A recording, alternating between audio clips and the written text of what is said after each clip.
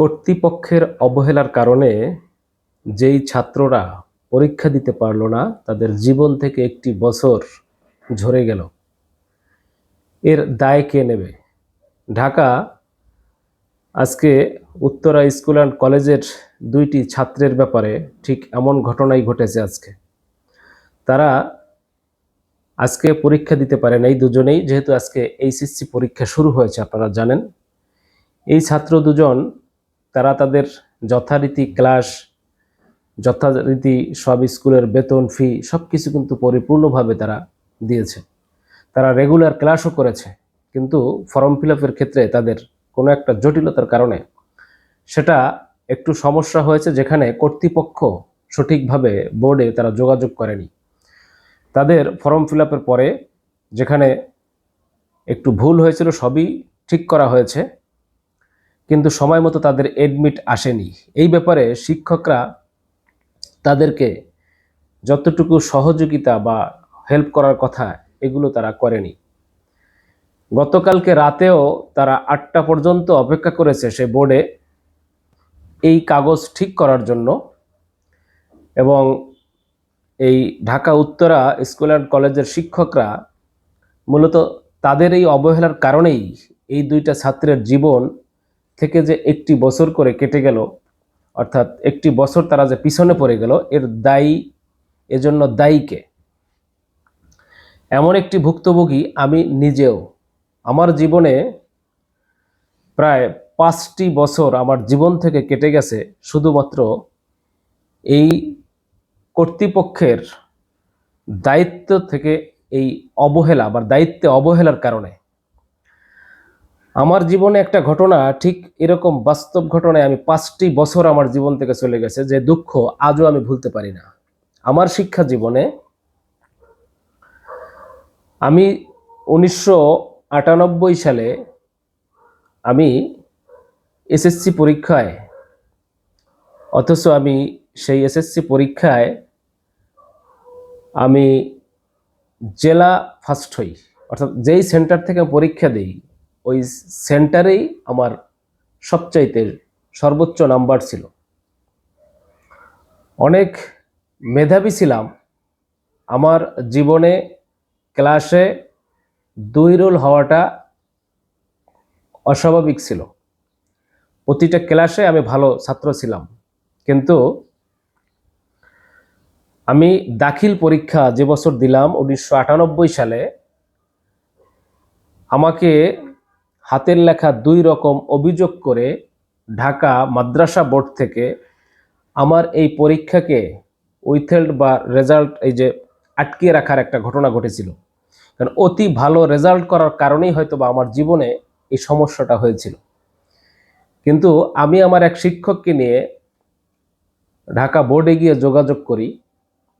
যোগাযোগ করার পরে তারা বলছিল যে 3 মাসের ভিতরে আপনার নামে একটা চিঠি যাবে। কোন বিষয়ে আপনাকে এই রেজাল্ট রিপোর্টেড করে রাখা হয়েছে এটা তো আমাদের জানা নাই। ওই কাগজ যাওয়ার পরে আপনি ওই কাগজ নিয়ে বোর্ডে এসে যোগাযোগ করবেন। কিন্তু 3 মাস অতিবাহিত হয়ে যাওয়ার পরেও সেই কাগজ আসেনি। 4 মাস অতিবাহিত হয়ে যাওয়ার পরেও কাগজ আসে না। আমরা অপেক্ষায় ছিলাম, বারবার বোর্ডে আমরা যোগাযোগ করতেছিলাম।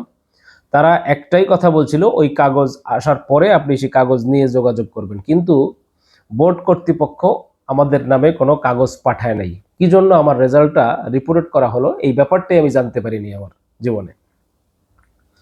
পরবর্তীতে আমার এক শিক্ষককে নিয়ে আমি আবার সেই ঢাকা বোর্ডে যোগাযোগ করি।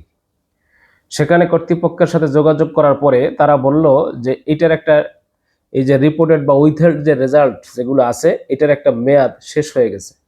এটা যে সময়ের ভিতরে আপনার যোগাযোগ করার কথা ছিল সেই সময়টা অতিবাহিত হয়ে গেছে, এখন কোনো সুযোগ নাই। আমি একটা দরখাস্ত নিয়ে গিয়েছিলাম বোর্ড কন্ট্রোলারের কাছে। আমি দরখাস্তটা নিয়ে তার সামনে আমি পেশ করছিলাম এবং বলছিলাম যে স্যার, আমাকে যে ব্যাপারে রিপোর্টেড করা হয়েছে হাতের লেখা 2 রকম অভিযোগ করে সম্পূর্ণ লেখাটাই আমার। আর যদি এটাতে কোনো চ্যালেঞ্জ গ্রহণ করতে বলেন, আমি সব ধরনের চ্যালেঞ্জ আমি গ্রহণ করতে রাজি। প্রয়োজনে আমি যদি দোষী সাব্যস্ত হই, আমাকে যে শাস্তি দিবেন আমি সেই শাস্তি মাথা পেতে নেব, কিন্তু আমার রেজাল্টটাকে আপনারা একটু ছাড়িয়ে দিন। আমাকে আরবি প্রথম পত্রের একটি সাবজেক্টে আমাকে এই অভিযোগ করে আমাকে রেজাল্ট আটকে রেখেছিল। পরবর্তীতে আমার শিক্ষকরা বলল, তোমার কোনো সমস্যা নাই, যেহেতু আমার ওই মাদ্রাসাটা ছিল ইন্টারমিডিয়েট মাদ্রাসা। তখন আমি কিন্তু ওই রেজাল্ট নিয়ে আমি ইন্টারে ভর্তি হওয়ার পরে আমি কিন্তু সেখানে ক্লাস করতেছিলাম, একই স্কুল অ্যান্ড কলেজ যেভাবে ঠিক ওইরকম একই সিস্টেমের মাদ্রাসা। আমি আলিম তথা ইন্টারে আমি 1 বছর কিন্তু ক্লাস করেছি। ওই রেজাল্ট ছাড়ানোর জন্য আমি বোর্ডে বারবার যোগাযোগ করছিলাম। এমনকি কিছু কর্তৃপক্ষ আমার কাছ থেকে, শাহাদাত নাম করে এক ব্যক্তি, মনে আছে আমার নামটা, আমার কাছ থেকে টাকাও নিয়েছিলেন। ওই একই শিক্ষককে নিয়ে বারবার আমি বোর্ডে যোগাযোগ করি। শেষ পর্যন্ত সে যখন ফেল খাইলো, সে বলল যে এটা সম্ভব না। পরে আমি বোর্ড কন্ট্রোলারের কাছে আমি দরখাস্ত নিয়ে গেছিলাম, এবং এই কথা বলার সাথে সাথে উনি আমার কোনো অভিযোগ শুনলেন না। আমার সামনে সেই দরখাস্তটি আমার সামনে, চোখের সামনে ছুঁড়ে ফেলে দিলেন, এবং আমাকে কিছু বেশি বেশি কথা বলে বললেন, তুমি এই সমস্ত ব্যাপার আমরা অনেক জানি, তোমাদের এই কারণে তোমরাই এই ঝামেলায় পড়েছ। আসলে আমার কোনো এখানে অভিযোগ সমস্যা ছিল না, সম্পূর্ণ তারা আমাকে ইচ্ছাকৃতভাবে এই সমস্যায় ফেলেছিল, যে কারণে আমার জীবন থেকে 5টি বছর লেখাপড়া বন্ধ হয়ে যায়। এবং ইন্টারে 1 বছর ক্লাস করছিলাম, এটা আবার একটু বলি। ইন্টারে যখন আমি 1 বছর ক্লাস করছিলাম, পরবর্তীতে যখন দেখলাম আর আমার শিক্ষকরা আমাকে বলছিল যে তুমি রেজাল্ট তুমি ছাড়াইতে পারবা, সময় মতো পড়াশোনা করো, ইন্টারমিডিয়েট পরীক্ষা তুমি দিতে পারবা, কিন্তু আমি সময় মতো সেই আর আমার সার্টিফিকেট বা আমার সেই রেজাল্ট ফিরিয়ে আনতে পারি নাই। পরবর্তীতে আমি আমার মনের কষ্টে লেখাপড়া কিন্তু বন্ধ করে দিই। ঠিক আবার 5 বছর পরে, 4 থেকে 5 বছর পরে নতুন করে আবার 9-এ ভর্তি হয়ে আবার নতুন করে রেজিস্ট্রেশন করে, যেহেতু আমার রেজিস্ট্রেশনের মেয়াদও শেষ হয়ে গেছিল 3 বছর, নতুন করে পড়াশোনা করে এরপরে কিন্তু আবার লেখাপড়া করে মাদ্রাসা থেকে কামিল MA কমপ্লিট করেছি। জেনারেল থেকেও কিন্তু আমি সর্বশেষ LLB কমপ্লিট করেছি। তবে এই শিক্ষা জীবন আগের মতো আর সেই গতি ছিল না, গতিহীনভাবে লেখাপড়া হয়েছে। আমার জীবনটাকে হয়তোবা থামিয়ে দেওয়া হয়েছিল ওই সময়। জানি না আসলে এটা আল্লাহ তাআলার কোনো ইশারা ছিল কিনা। তবে আমি মনে করি যে আমার মতো অনেক ছাত্রদের জীবন এরকম বাধাগ্রস্ত হয়েছে শুধুমাত্র কর্তৃপক্ষের অবহেলার কারণে। আমি সেই দুঃখের কথা আজও ভুলতে পারি না, যেই কথা মনে উঠলে হয়তো এখনো বুক ভেঙে যায়। কিভাবে আমার জীবন থেকে 5টি বছর শিক্ষা জীবন থেকে আমার কেটে গেল, এবং এত ভালো রেজাল্ট করার পরেও সেই রেজাল্ট আমি হাতে পাইনি, সেই রেজাল্ট আমাকে দেওয়া হলো না। এটা সম্পূর্ণরূপে এই কর্তৃপক্ষের অবহেলার কারণে। এবং তারা আমার এই জীবনটাকে যেভাবে হয়তো অতিবাহিত হতো, শিক্ষা জীবনটা, সেই জায়গা থেকে আমাকে বাধাগ্রস্ত করেছিল। আমি মনে করি এই কর্তৃপক্ষের অবহেলার কারণে বাংলাদেশে অনেক ছাত্রছাত্রীর জীবনে এরকম অন্ধকার নেমে আসে, যেটার গল্প হয়তো বা কেউ বলতে পারে না। শেষ পর্যন্ত এটার কোনো সমস্যার সমাধান হয় না। অনেকে আছে দেরি করে হলে গিয়ে প্রবেশ করতে চাইলে অনেকে তাদেরকে হলে প্রবেশ করতে দেন না।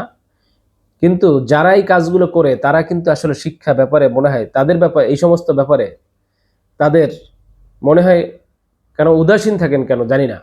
কিন্তু একটা ছাত্রের জীবন থেকে 1টা বছর, 2টা বছর, আমার জীবন থেকে 5 বছর চলে যাওয়ার পিছনে কারা দায়ী?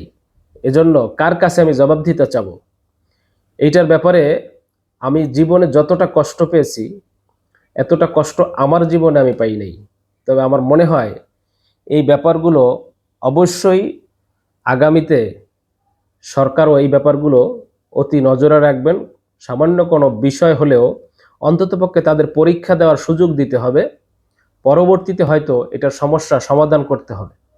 কিন্তু এই সমস্যা যদি আপনাদের অবহেলার কারণে হয়, তাহলে ওই ছাত্রটা তার জীবনের যে সময়টা চলে গেল তার জীবন থেকে, সে যে ব্যর্থতায় পর্যবসিত হলো, এজন্য কাকে দায়ী করবে? আপনারাই তো এজন্য দায়ী।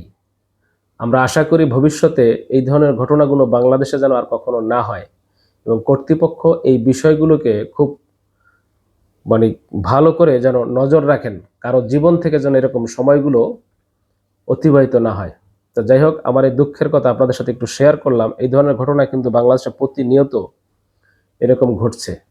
অনেক ছাত্রের জীবন নষ্ট হয়ে যাচ্ছে, অনেকে কষ্টে দুঃখে লেখাপড়াই বন্ধ করে দিচ্ছেন। আমার জীবনেও কিন্তু লেখাপড়া বন্ধই হয়ে গেছিল।